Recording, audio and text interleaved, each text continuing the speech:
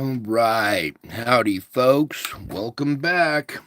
I told you I would be back. All right. Let's get it on. Come on over here to the solar report. Get started here.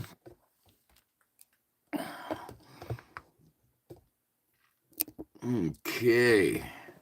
So, here we are. You February 26th, 2024. What a day, huh? February 26th, 2024. Can't believe we're that close now. All right, look, not much activity going on. Yay, finally a day of calm on the sun. A little spurt right there, but not much. So, finally, some good news to report there. And we're not really going to freeze frame or go through this. The only thing I really want to point out here is the spire over on this side. Watch out, we might expect something out of that region right there, as well as this up here. See where that little spot came out up there? So still looks like there might be something inbound, as well as these dark areas. These sometimes these guys sneak out of these little dark corner areas too. So, but as far as the activity today, pretty quiet. And when we come over here to the solar ham, it'll reflect that as well. All right, so let's go ahead and zoom on in here.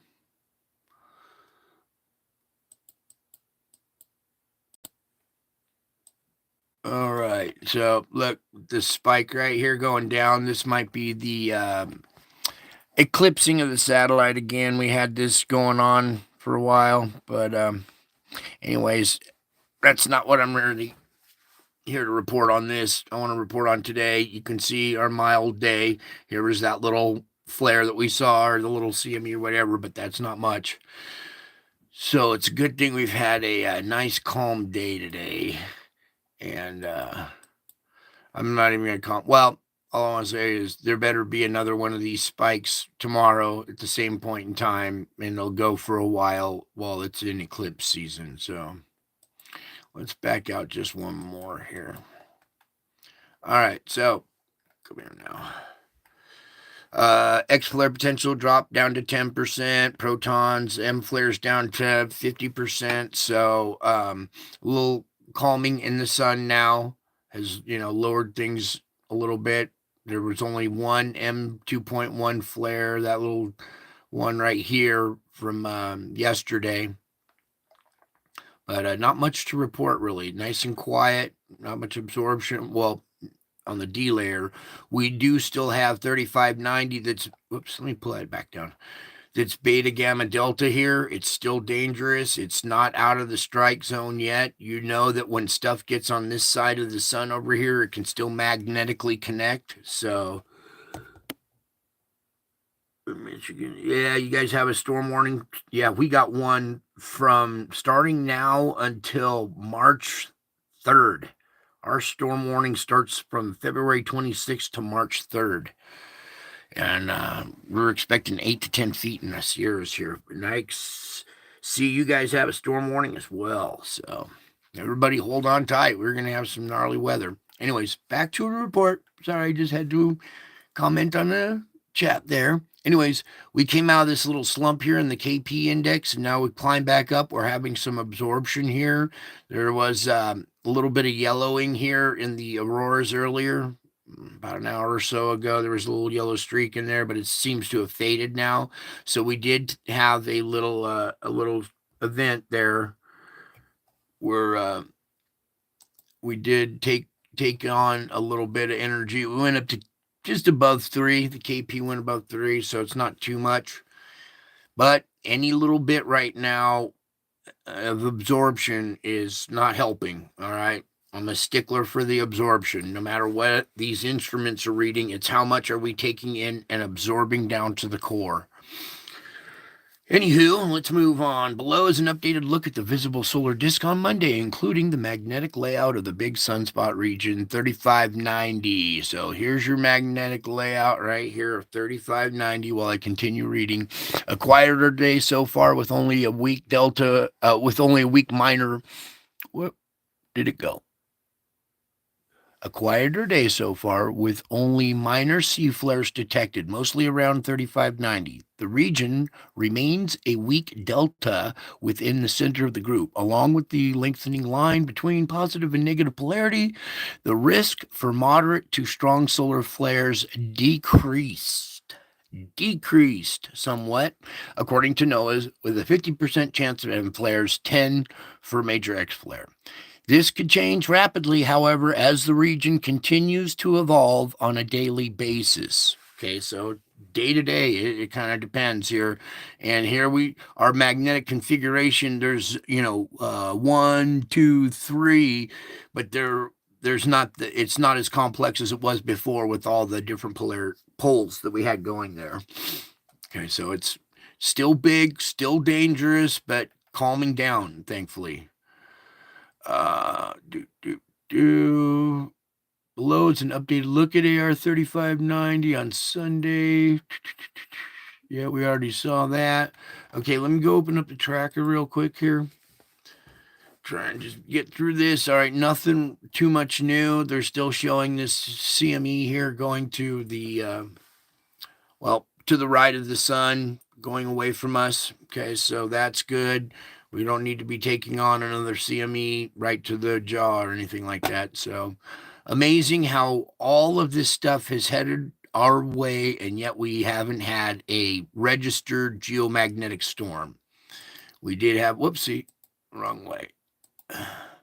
We did have a little absorption back here, and now we're having another event right here, but this wasn't enough to cause a storm. So, yay, that filament did hit us. We absorbed it, but it wasn't a very big event. So we dodged another bullet. All the prayers are working.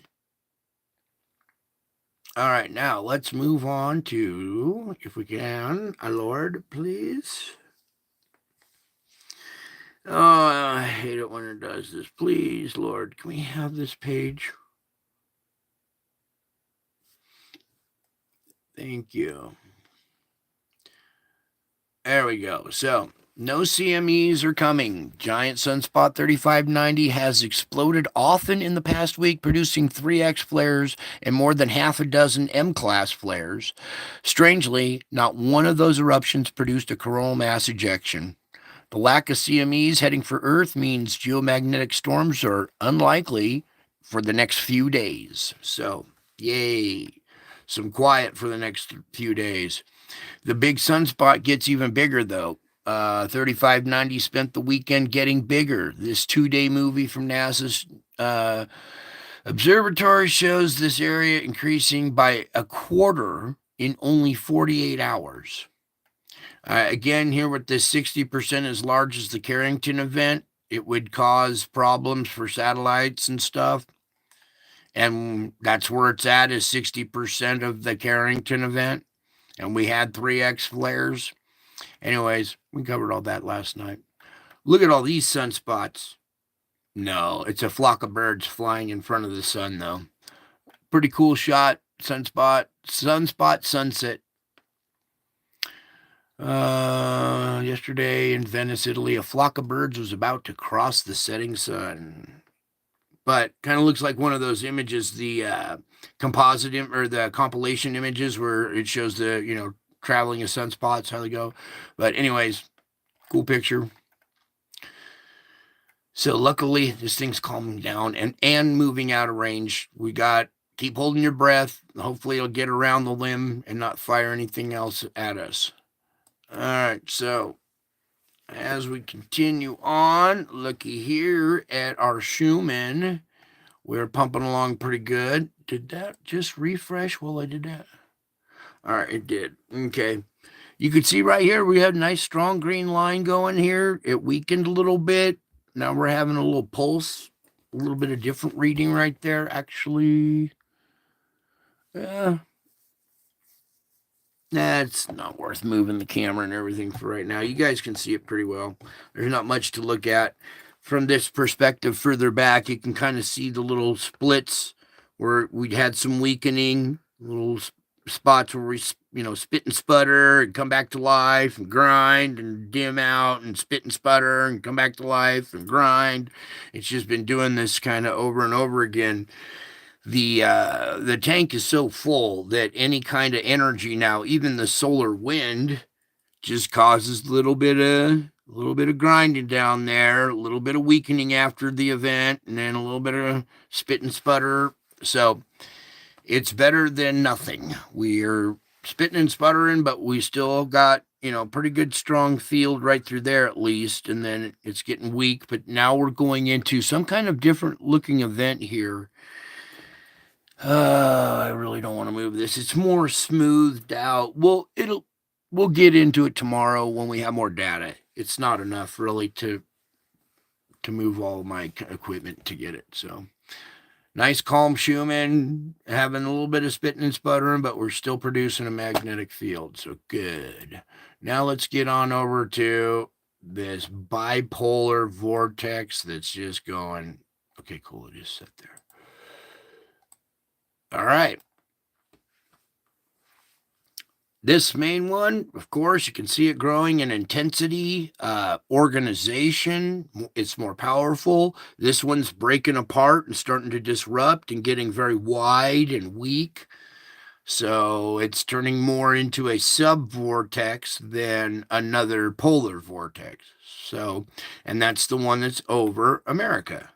Is this one that's weakening and branching out, but still we have this reverse flow up at the polar vortex region going backwards across the country, which dams up the weather and makes these jet streams buckle and dip and dive and do all kinds of different things.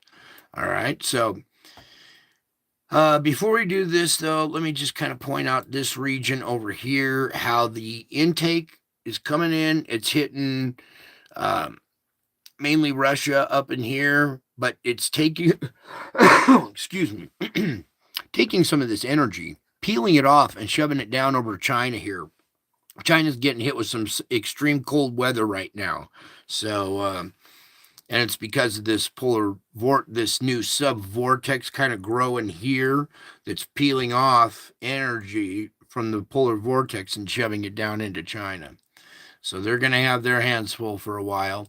The fire hose effect, where it comes out the nozzle, was pointing straight down the nose of Greenland here not too long ago. Now it has shifted this direction now, and now the fire hose is more, pumping out this way, peeling off, coming all the way back across the Atlantic. See how it peeling off right here by Spain and coming all the way back across the Atlantic, all the way back across the entire country, clear out into the mid-Pacific before it loops back up in there. All right, now, here we are at the West Coast, or America. You can see most of it right there. I have to kind of position it for this pop-up box. Now we're going to drop down. Here's your transition zone in between, and you see the buckling. This flow up above is disrupting this air down below, making it buckle, right? Well, now that buckling was up here before, and now it has a longer droop down this way. Do you see that? How it's changed? And now it's kind of drooping more down this way, which is causing the upper jet that's down below it to perform like this. You see the correlation?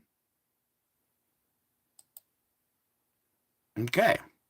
Now, that's how our polar vortex is affecting the upper jet. It goes from the polar vortex to the transition zone down to the upper jet stream. Now, take this out. You can see we have a dangerous mix now. We got cold air coming out of Gulf of Alaska, coming down the Pacific Northwest here, combining with warm, moist air that's coming up, hitting Southern California, Mexico, and combining here in the middle of the region, middle of the country. All right, this is a very dangerous setup, and we're about to see a pretty big storm come through. A couple storms, actually. but one pretty nasty one. Anyways, here's that setup. Now let's drop down lower to the lower jet stream. Okay, now you see how it's affecting the lower jet. This is what steers your storms. This is what your storms ride on, is this lower jet stream. And then we'll get down to the weather.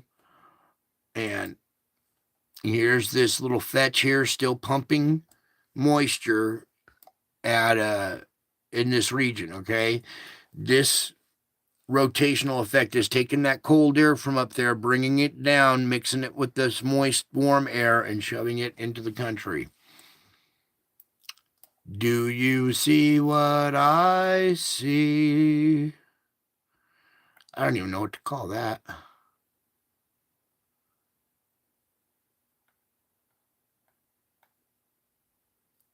A typhoon that's about to hit Japan, I guess. I don't know.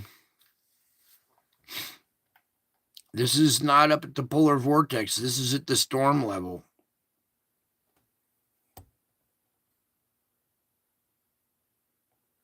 Oh, you just got here and you want to know when the 3 days of darkness is. All right, well, stick around because I'm going to explain it here at the end. If you take a peek at the thumbnail, that should give you a hint. Because a lot of people, all right, first of all, it's not necessarily in the Bible. There have been days of darkness before in the past, but the 3 days aren't necessarily 3 days in a row. Think about that for a second, as we proceed with this report. Now, here are our storms. We'll watch out for this thing, whatever it tries to do, if it attacks Japan or starts traveling across the Pacific. But meantime, we got this setup that's not all that good. Whoops. We need to get back down here to particulates now, and we're going to go check out our sandstorm. Great question there. Yes, thanks, thumbnail. LOL, I am partially blind. Where is that, please? Oh, okay, well, just hang in there. Weeping Willow, well, you look new here, and welcome, and thank you for participating. Be patient, and we'll get to it. It's the best part. Anyways, let's move on so we get there sooner. Here's our sandstorm. Still ongoing. I went back through the calendar on this little calendar here, this little calendar right here, 2024. Let's go back to 2023, November of 2023, back when this first started. That's how long it's been. Since November of 2023 is when this sandstorm first started kicking up and going. So it's more than a month old. Okay, now let's get back to today's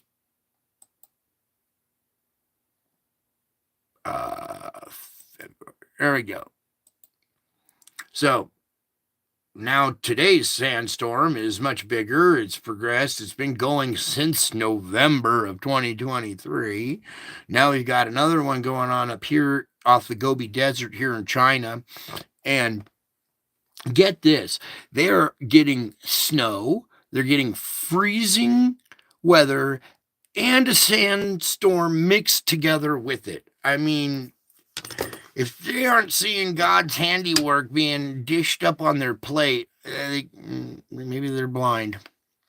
Anyways, big sandstorm still going on over here in the Gobi Desert, as well as this big sandstorm that are both out of season. This is winter time. I could see if we were having this in the summertime, but we are in winter. Getting close to spring, so watch out. All right, now let's come on over to the SO2. Take off the wind. And this is sulfur dioxide that's coming out of the ground from the pressure down below. Okay, it shoves this gas, this gas surrounds the magma down below As the magma pushes up to the underside of the crust, it squeezes out the gas, and the gas comes out through all the perforations in the crust. As you can see, we're a country divided. One side's bleeding out profusely, and the other side's been pretty clear for a while now. So, what I'm here for, though, is the darkening, the difference in color since last night. And not much really changed here, I would say. But it's a good idea. You can see which side of the country is having more pressure underneath. Then we come over here to China. It's a good gauge of the darkening, and it's still pretty dark, pretty big, widely dispersed. I'm leaving our little thing at 7 here. So not only are they getting sandstorms that are frozen, they also have sulfur dioxide in their air that smells like rotten eggs over there. And as we go around, look at it. This is it picked up in here a little bit. All right, then as we go down Saudi Arabia, this little spot darkened up pretty dark here. Yeah, we're getting some black right in this area, right along Saudi Arabia here. See, they got this gas pushing up through these fault lines that run right along the coast, the Red Sea there.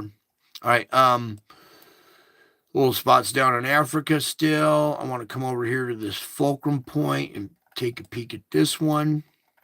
It has lightened up a lot since yesterday. It's not as dominant as it was yesterday. So I would say it lightened up in this region. Let's go take a look at Java, shall we? There we go. This is about our best gauge. And it has lightened up as well. You can see how it's lightened up in this region, down at this half of the island. There's even a lightening in this area. So maybe let's... Strange how this area is much darker. It's usually Java that's darker. So we do still have pressure out there. It's mainly under this part of the world right here. Java has reduced a little bit. So has America.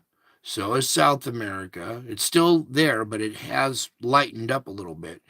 So I'd say the rest of the world's got a 6 and China's got a 7.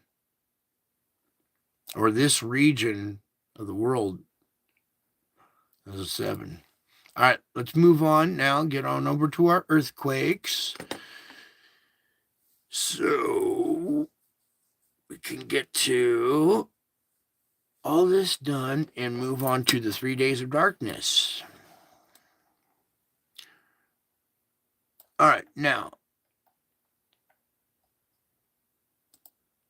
here we go. Deep quake of the day, 4.2 down at 6:17.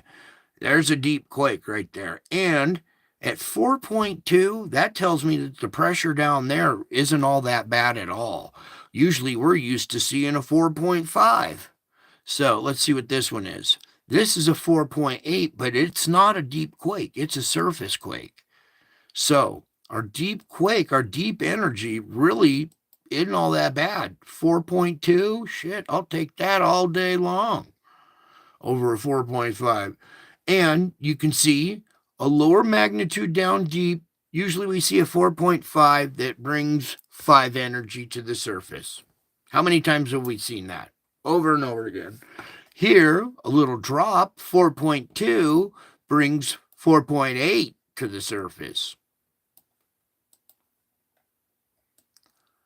Skipping all this region's going to have volcanic activity, earthquake or something.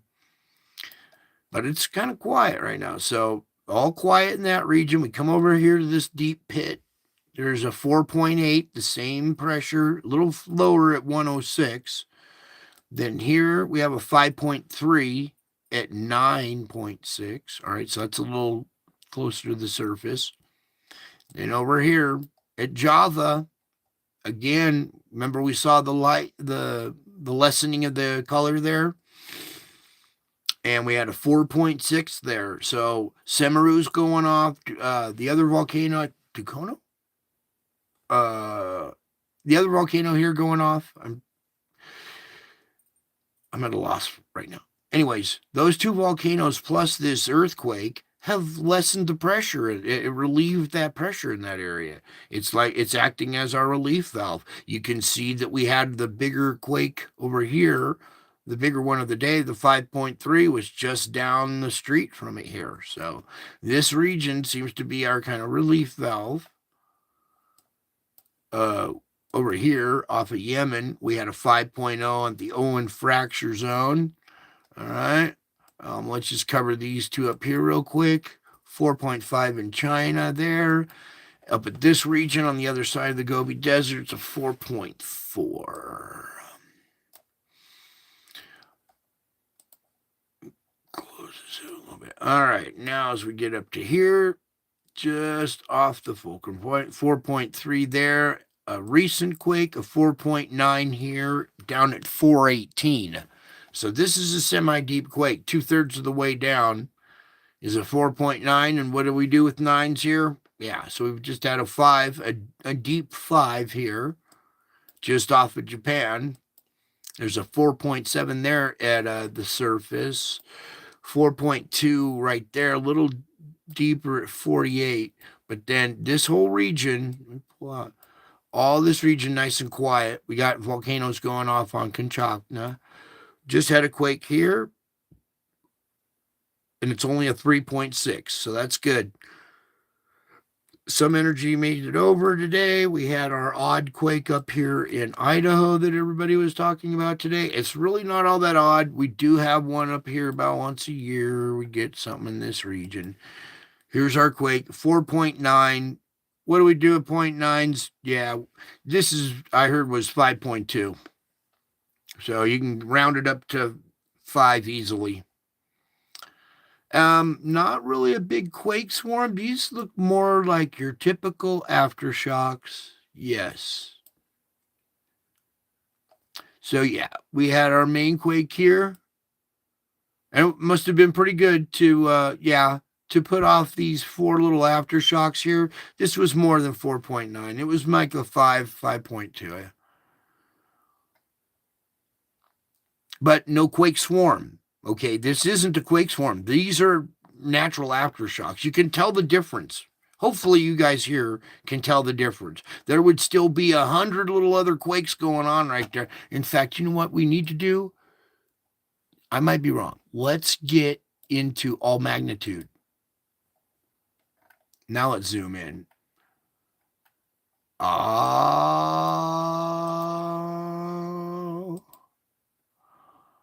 don't know. If it were just those 4 other ones, that was looking more like. All right. Well, it must have been pretty powerful quake to have all these little ones going on right there. Or we're having a little smaller quake swarm here. I'm going to have to leave it on that before I report like that. Take that off. Back that up. So, region to watch now. Okay, that's what this means. It's a region to watch. We have a new weak spot where we're seeing activity being vented, being released. It's a new little relief spot. Down here we had this 4.1 just inside the Baja coast here, and that's just south of the LA San Diego area here on the fault. All right, I don't like all the little ones there. It's bugging me. All right, let's get back out of here. I'm trying to wrap this up so we can get to the 3 days of darkness. All right, 5.1 down at 184. That's okay. I'll take that, but nothing too much stronger around this plate. This plate's very delicate. We don't want to see anything too big in this region. So 5.1 venting energy. That's perfect. Fulcrum point right here is a 4.1 down at 228. It's always a little deeper here in the land. 4.4 down at 104. And we're used to seeing quite a few along the coast here of South America, and it's been really quiet. So it's kind of a quiet day as far as earthquakes and everything are going. All right. So it's not a diverse quake, but it is a diverse quake because we don't get them here all the time. So kind of our diverse quake here with a little swarm going on, it looks like. It looks like it's died down, but something going on in this region. There's a weakening, a little weak spot there. Or possibly something volcanic coming to life underground right there, too. We also had this little fulcrum point quake out here, but it's only 2.7, so not much. All right, let's get out of here. Let's X out of this, out of this, this. All right, everybody, pray for the volcano page to work. Please, Lord, let this page work much better now. There we go. Works much better when you do that. All right, moving on. This is already into the 27th now, okay? We're talking Santa Guido, Fuego, Popo, Semeru, Ibu, Malrapi, Luatolo, Nevada del Ruiz. Ibu, getting up there at 10,000 feet now. Luatolo, 7,000 feet. Semeru here on the island of Java, 15,000 foot blast, okay? And that's already in the 27th. Marapi, that's on the other side of the straits on Sumatra. Doesn't say a level, but it's still active too. Here's Popocatépetl with a blast to 19,000 feet. Santa Guito, volcanic ash advisory. Fuego, 15,000. Nevada del Ruiz, 23,000 feet. Some of these blasts are getting up there. Sabancaya, weak emissions. All right, now let's get into 26th, if we can, please, Lord. Thank you. Oh, it's working. Thank you, Lord. There we go. So, Sakurajima, 7,000 feet. Suwanoshijima, 4,000 feet. Luatolo, 8,000 feet. Semeru, this is the one on Java. This is a huge column of ash. Look how tall that column goes up there, okay? That's what's pumping out of there all the time. This is just one picture of it. That's Semeru, 15,000 feet. Dukono, explosive activity continues. Oh, 8,000 feet at Dukono. Popocatépetl, 20,000 feet yesterday. Santa Guido had one 14,000 feet. Fuego, 15,000 feet. Nevada del Ruiz, 24,000. So it had one earlier today at 24, and now it's having one tomorrow today at 23, or was it 22? So that's a drop in elevation. Reventador, 14,000 feet. Sabancaya, 20,000 feet. All right, and here's your list. All of these are active. Bizamani on the Kamchatka Peninsula, Dukono, Ebico,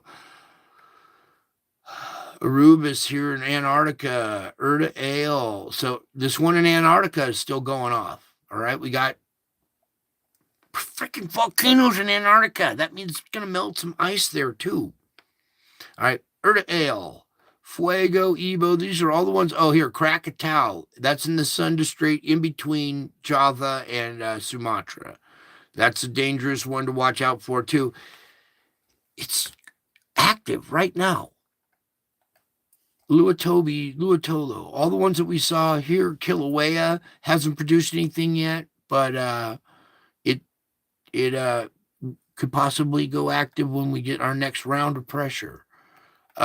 Again, here with Nevada del Ruiz, we just saw two blasts, 22 and 24. Should be over on this list. Okay. Recahanus on the verge. Any little added jolt from the sun will make that sucker go.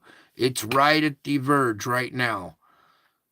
Recon de Vieja, it could possibly jump over there. All right. Get out of here and get to the weather so we can move on to our spiritual report. Play this loop, get her going. All right, let's go.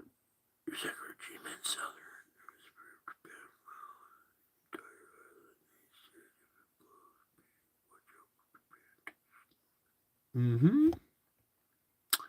Oh, yeah, while that's running, I'm just kind of checking the chat. Oh, you guys are awesome. Okay. Take a sip while we're doing this, too. And we continue to watch change after change in this. One thing has stayed kind of constant. It's these storms that are coming here on the coast. So, current conditions, nighttime of February 26th, morning of the 27th, so tomorrow morning, noontime, convection, the nighttime of tomorrow. So tomorrow night, this low will start to wrap up here. You see all this snow on the backside, these tight millibars. There's going to be high winds. This is going to be a blizzard event with low visibility, all right? Possibly knocking out power. Let's back up real quick and do this again. There's that's the morning of tomorrow morning, going through the day till tomorrow night. Then we get into the morning of the 28th. This thing is just getting gnarly. There's the noontime of the 28th, as well as this severe weather hitting the Puget Sound area. Okay. Back to this though, tight millibars. You see how well organized and wrapped up that is? It's a 973 millibar. That is a category 2. 973, yes, is equal to a category 2 hurricane. All right. So you're going to have high winds. This icing event will be pretty dramatic. It'll knock out power, knock down branches and stuff like that. Down here in this tail, these severe storms right here that are popping up. See, I have a feeling this might be a little bit more drawn out. We might get a quasi-linear storm front that forms right through here.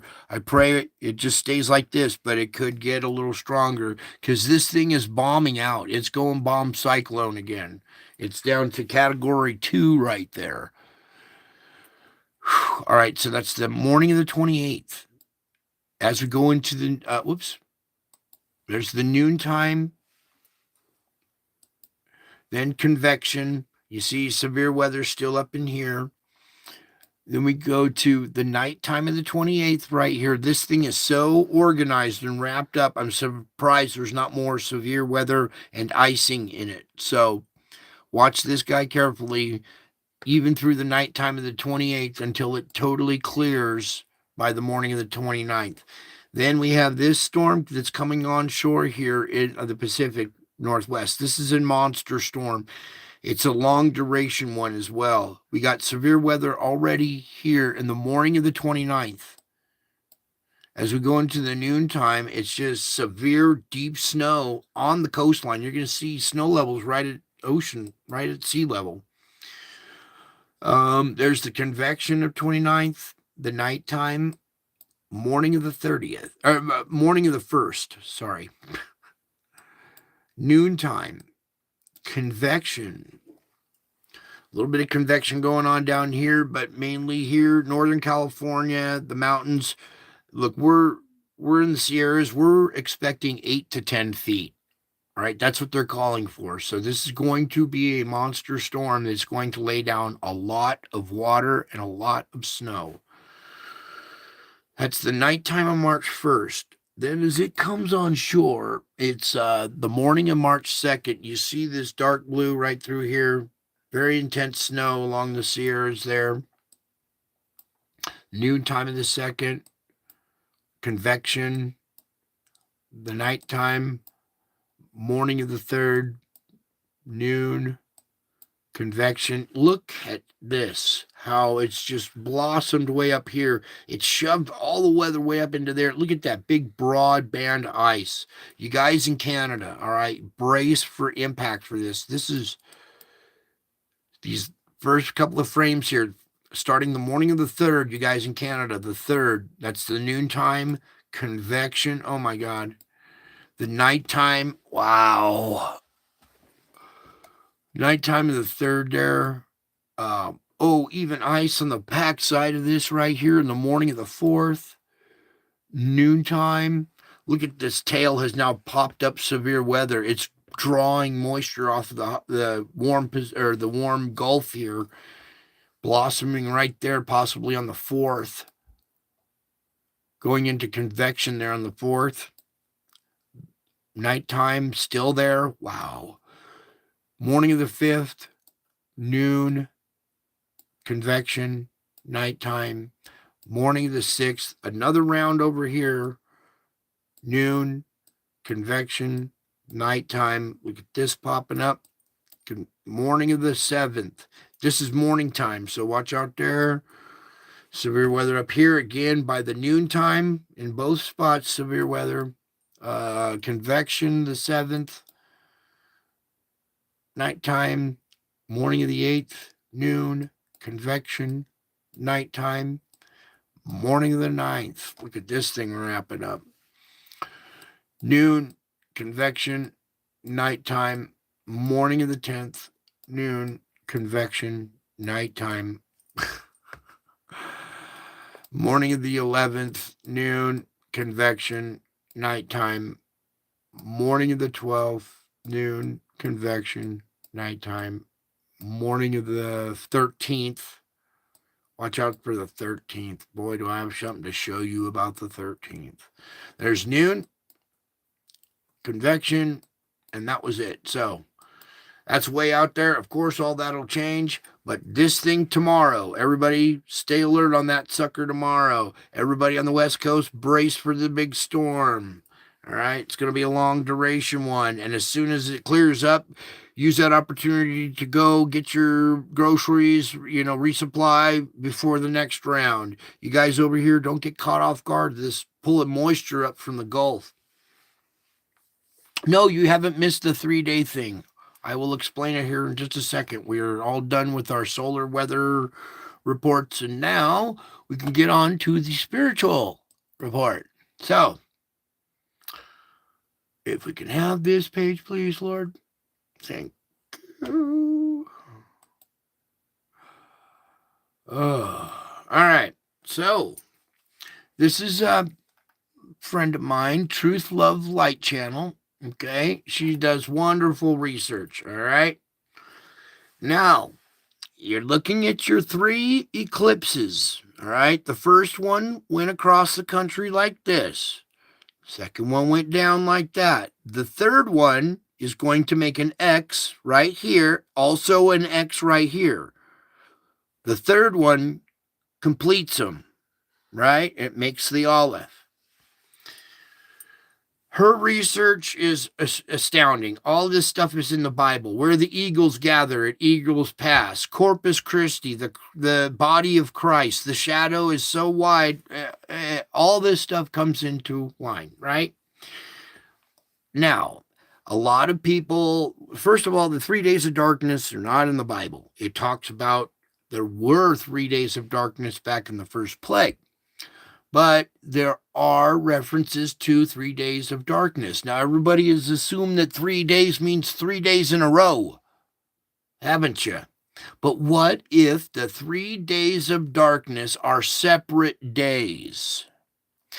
For instance, if back in those times, if you were a commoner and you did not know what an eclipse was, how it worked, or what happens, and you're strolling along someday on a Greek road on your cart and your horse, and all of a sudden it goes dark and there's an eclipse.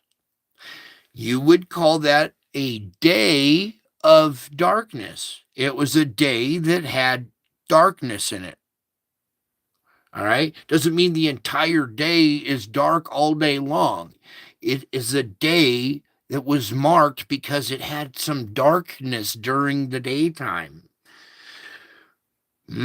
Starting to see light bulbs going off out there? Do you see 3 days of darkness now? It's not 3 days in a row all day long. It's 3 days in which there was darkness during that day. There was an eclipse on that day. Ah, light bulbs. I love it. I love it when the light bulbs go off. So, regardless whether it's in the Bible, how you want to perceive this, whether you like it or not, there will be 3 days of darkness, won't there? Yes, there will be 3 days of darkness. I've already had 2 of them. We all know when the third one's coming. Now go read your prophecy. Now go read your Bible with this knowledge in hand, with this light bulb that's gone off now. Oh, 3 days. Dang, why didn't I see it? Well, because it's so simple. God works in simple ways. Everybody tries to make it so complex and this and that. I'm going to leave. I already posted this lady's latest video, and she has the menorah. I got to show you guys this. This is just amazing work this lady has done. I want her channel. There we go. Truth, Love, Light. You guys come over here. You subscribe to her. You're going to love her research. She's a wonderful gal. I love her dearly. She's a great friend of mine. Anyways, this real quick. And I can have the blue stuff over there. And we don't need to see ads. All right. Boom. Oh, good. I got it paused right here. So, this is on Stellarium. She uses Stellarium to uncode these dates and everything, okay? The 2017 eclipse was not fake. Maybe it wasn't the moon that eclipsed the sun. Ooh, did you ever think about that? Anyways, here we go. This is on March 13th, 2024. We have the menorah. 3 stars on one side, 2 stars in the moon, okay? 3 luminaries with the sun in the middle. There's 7 luminaries with the sun in the middle, 3 on one side and 3 on the other. 313, 3, 1, 3. This menorah will only happen during the daytime. You won't be able to see it because the sun is out. All right? You won't be able to see this configuration. You'll only see it on Stellarium. And she explains the veil. The sun is the veil so you can't see this. It's blinding you during the daytime to keep you from seeing this alignment. The menorah is veiled by the sun. All right, you guys come over here, watch her research, okay? And then you can see, now this isn't her saying 3 days of darkness. She talks about the eagles, where the eagles gather, here at Eagles Pass. The last one went from Reedsport to Corpus Christi. She ties in Reedsport. That's Reed's in the Bible. Not Reedsport, but you'll see. She explains. Then we have Mars Hill, and all these incorporate. There are 3 eclipses which cause darkness during the day. So that would be noted as a day of darkness for somebody who didn't have the word eclipse. All right? Or know what an eclipse. If a commoner saw it and had no idea how astrophysics or the heavens work, they would be astonished that during the middle of a normal day, it went dark. it would be called a day of darkness. It came back to light, but during that day, they noted darkness. So your 3 days of darkness are going to happen. It's just a perspective. How do you look at things?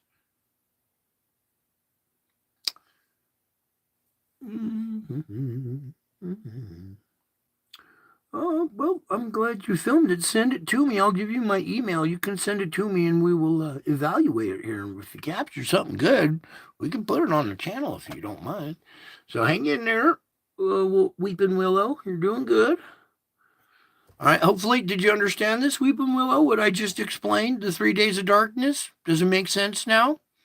Because you were the one that was asking, and now we've explained how an eclipse can be interpreted as a day that has darkness in it, a day of darkness, an eclipse day. If you didn't have the terminology eclipse or didn't know what one was, it would be a day of darkness. And now we have 3 days of darkness. They're not all. Oh, you guys still with me? All right. Cool. Whew. So we made it through that. I posted the other video, the one with the menorah. I put it in the comment or the community section of my channel. Or you should come over here to her channel and subscribe. Go look through some of her research. She uses the Bible. And this is not cosmology. This is biblical astronomy, is what it is. It's all foretold in the Bible. She connects the dots for you. And now, what she found with that menorah happening on March 13th, that's just, 15 days away from today.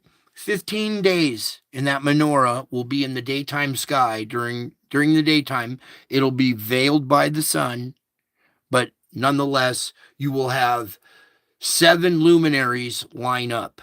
Now, anybody ever see the movie Space Odyssey, 2001 Space Odyssey? Do you remember how the planets lined up at the end? Here is an alignment just like that, with the sun and the moon and the stars, all 7 of them lining up in a row. If that isn't a sign, and let's get back to that image real quick. Come back here. Let me come back to this menorah sign. Oh, without save light here. Come on, really? I hate the ads where you can't skip it. Yeah. Come on. All I want to do is pull up this image again. All right, see this menorah and how it's laid out.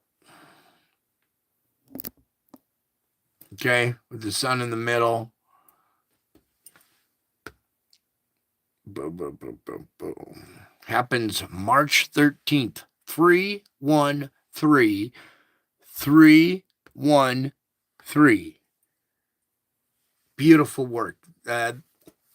The Lord is so awesome how he works and how he has this all laid out in the heavens.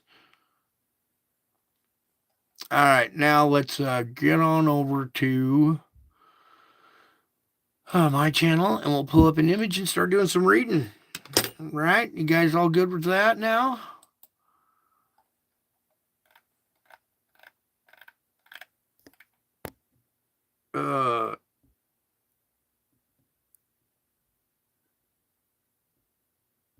Back to impossible. All right, cool. Yeah, there you go. All right, cool. Everybody's chilling. Now I'm doing my thing. We're trying to find the image. I was just checking the chat. Want to make sure a certain person got to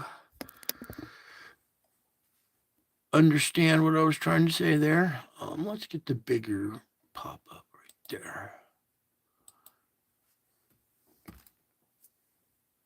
What is going on here? Why is that so bright? All right, then.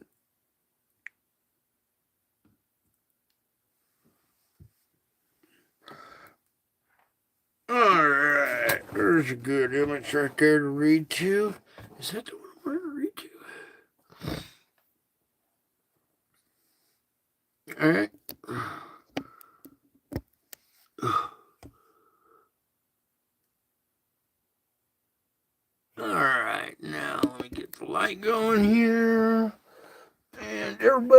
Get your drink, get your blanket, get curled up, get all comfy, do whatever it is you do this time of our show while I get all my stuff together here for the reading. Ooh. Actually, we got another image I want to pull up, I guess, too. Oh, Lord. What was that one again? All right. We're back. There we go. I just want to pull up this face right here again.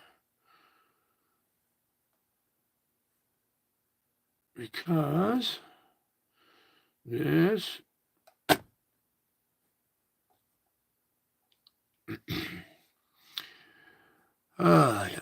where to go?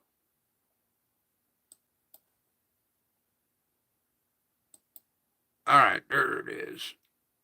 Blow that one up a little bit. Okay. It's funny because when I got my reading light on and I'm reading, it's shining on this part of my head while I'm looking down reading. So that's me looking down at the notes reading to you. All right. So we'll just kind of start with that. With that right there. Not so loud. Was my voice too loud? Okay.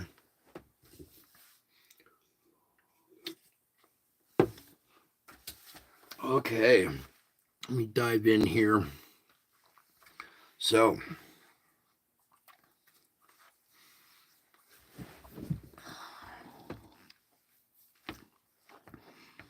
I am the eternal I am. I always have been and I always will be. In my presence, you experience love and light, peace and joy.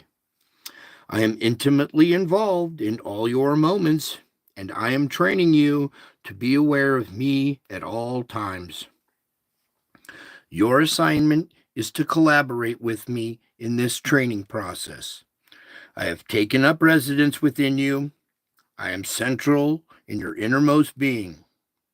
Your mind goes off in tangents from this holy center time after time. Do not be alarmed by your inability to remain focused on me. Simply bring your thoughts gently back to me each time they wander. The quickest way to redirect your mind to me is to whisper my name. Trust me in the midst of a messy day.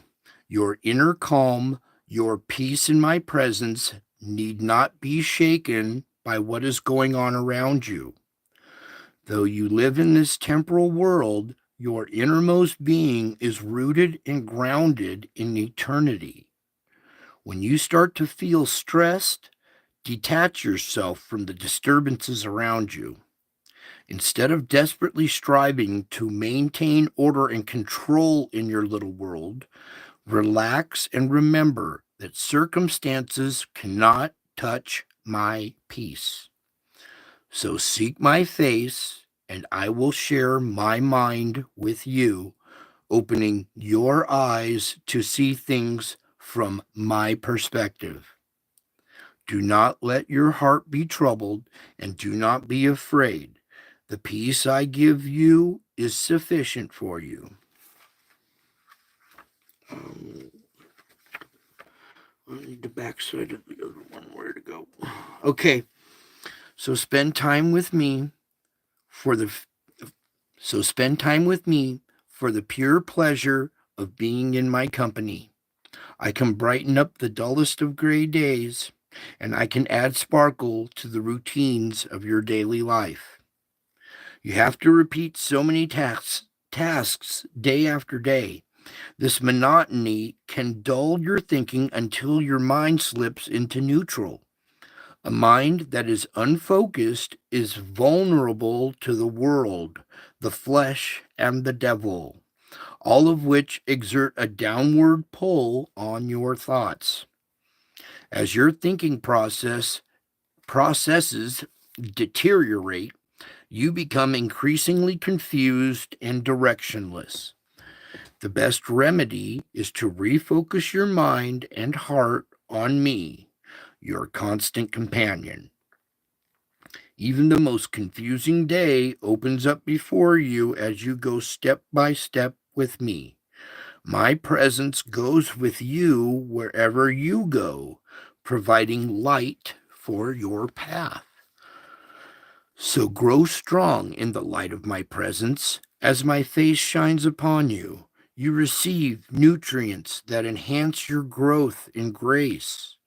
I designed you to commune with me face to face, and this interaction strengthens your soul. Such communion provides a tiny glimpse of what awaits you in heaven, where all barriers between you and me and my glory will be removed.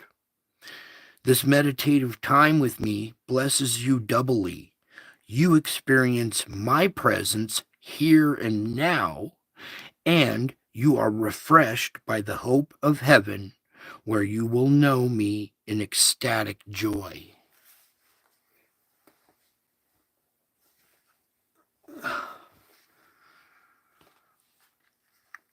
So, look to me as your joyful focus. You were made for joy, and I am the boundless, overflowing source of delight in your life. I never run out of anything because I am infinite. If you draw too much from other pleasures, they will eventually let you down. The nature of addiction is that you need more and more of a substance to get the same effect as before. This is a self-destructive trap. However, the more you make me your focus, the less dependent you are on other things. You can still enjoy the good gifts I provide, but you don't need to grasp onto them, trying to milk every possible bit of pleasure out of them. Learn to fix your gaze on me, even as the world parades before you. Whisper my name in remembrance that I am near, and tell me about what troubles you. Thank me for the things you enjoy: loved ones, shelter, food, sunlight, starlight, and especially my glorious presence. Seek my face and my will. Look to me and my strength. That's meant to be read to the other image. That was meant to be read to this one. Okay.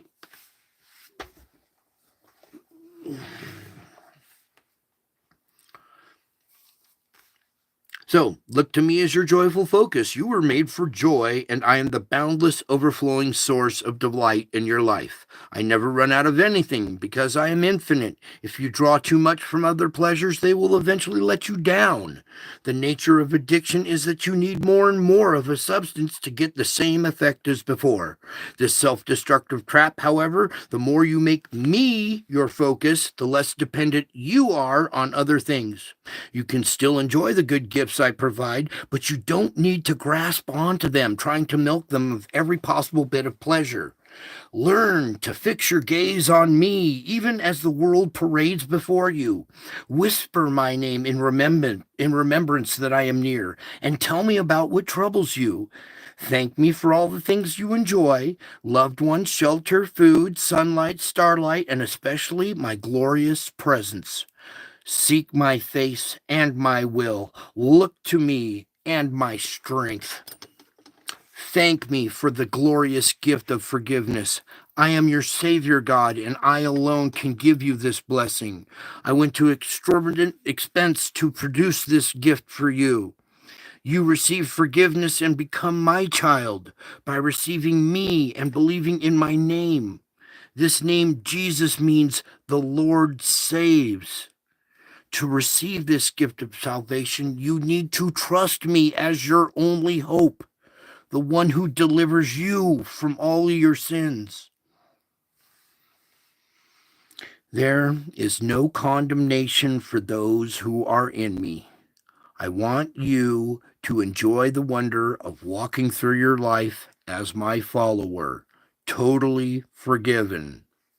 The best response to this wondrous gift is to live in gratitude, seeking to please me above all else.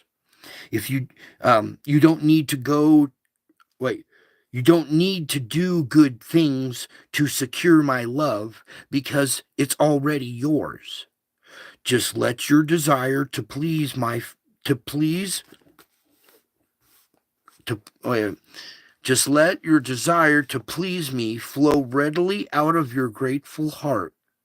Thanking me frequently will help you stay close to me, ready to follow wherever I lead. So rejoice, beloved, for through me the law of the Spirit of life has set you free.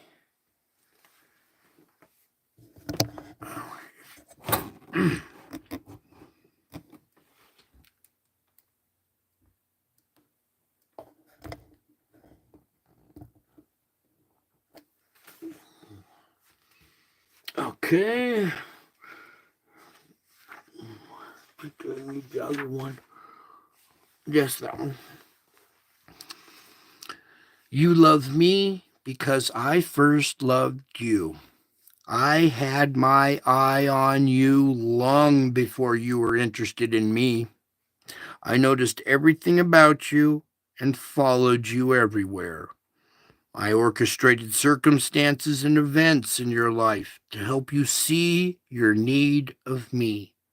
I provided people and teaching that told you the truth about me in ways you could understand.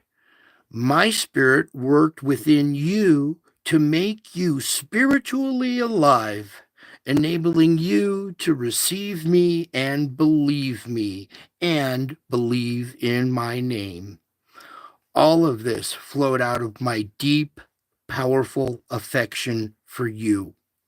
I have loved you with an everlasting love. The more you realize the immensity of my adoration for you, the more fully you can love me. This enables you to grow little by little into the person I designed you to be. As you spend time in my tender presence, it becomes easier for you to delight in me and to show kindness to other people. When you are with others, ask me to help you love them with my love. Okay, I think that's the closer. Okay, so closing. Each day of life is a precious gift from me. Treat it as the treasure it is by prayerfully prioritizing. As you look into the day that stretches out before you, seek my face to help you discern what is the most important. Set priorities according to my will and use them to guide you as you go along your pathway. This practice will help you make good choices about the use of your time and energy. When you reach the end of the day, you can feel at peace about the things you have done and also the things you have not done. I encourage you to invite me into everything you do. The briefest prayer, Lord, help me, is sufficient to involve me in your activities. I delight in your acknowledgement that you need me continually, and I want you to delight in your neediness, for it is a strong link to my radiant presence. Although living in a dependence mode is countercultural, it is a blessed way to live, rejoicing in the glory of my presence. Whew. Oh. Okay. So I think that's it for tonight. The notes were the 3 days of darkness or 3 eclipses. Okay. Now there could still, God works in multiple ways with multiple meanings and multiple dimensions. There could be 3 days in a row of darkness later on. But what I was trying to show you, was the those 3 eclipses crisscrossing like that. Each one would be considered a day of darkness or a day that had darkness in it. And your 3 days of darkness are going to come true. We already have 2 of the 3 done already. We all know when the 3rd one's coming. I'm going to leave the link to the Truth, Light, and Hope channel, and I'm going to let her do some explaining. I think some of you have already seen and have connected the dots and have figured it out. But there was more that she just discovered. That menorah as well that happens during the daytime, veiled by the sun. That's another sign that it's using the sun, moon, and stars and veiling. So a lot's coming. We're getting closer each moment. We're getting closer, and not to fear. Your big buddy is here, okay? And I love you. I miss you. And until my next show, I will be back. I'm already back. Can't you tell? You should go watch the video when there's go to MBB and watch. There's more where he puts a filter to this face. If you want to see that, you got to go over and visit his channel, though. All right, that's it for tonight. I love you all. I miss you all. Like I said, I'm already back. Some of you are figuring it out now. I love you all. Bye.